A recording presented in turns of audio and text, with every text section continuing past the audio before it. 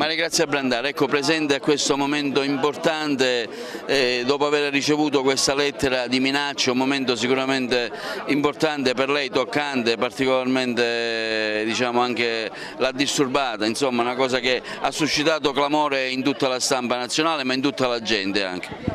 Sì, ringrazio la gente per l'affettuosità riservatemi in queste ore. È chiaro che la cosa è pesante e turba tantissimo sia me che la mia famiglia.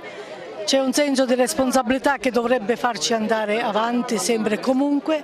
Mi riservo comunque di aspettare la giornata di domani perché pranzerò con mio fratello e insieme decideremo il da farsi. Perché è una cosa veramente particolare, come mai era successo, ed è giusta una serena riflessione.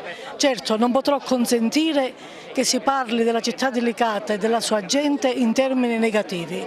E se questo mio sentimento prevarrà sul senso di paura, è chiaro che continuerò a fare il commissario della città, della meravigliosa, oltre che diletta, città di Licata. Sono arrivati sui social in tanti maniere, insomma, attestati di stima, di solidarietà, in particolare a non mollare e a continuare.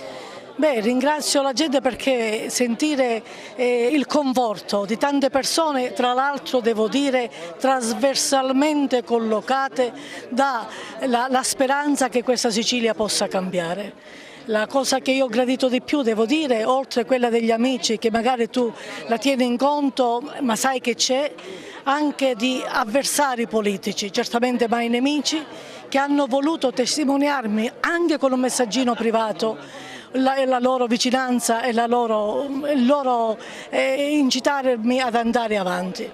Io vorrei fare un appello ai politici.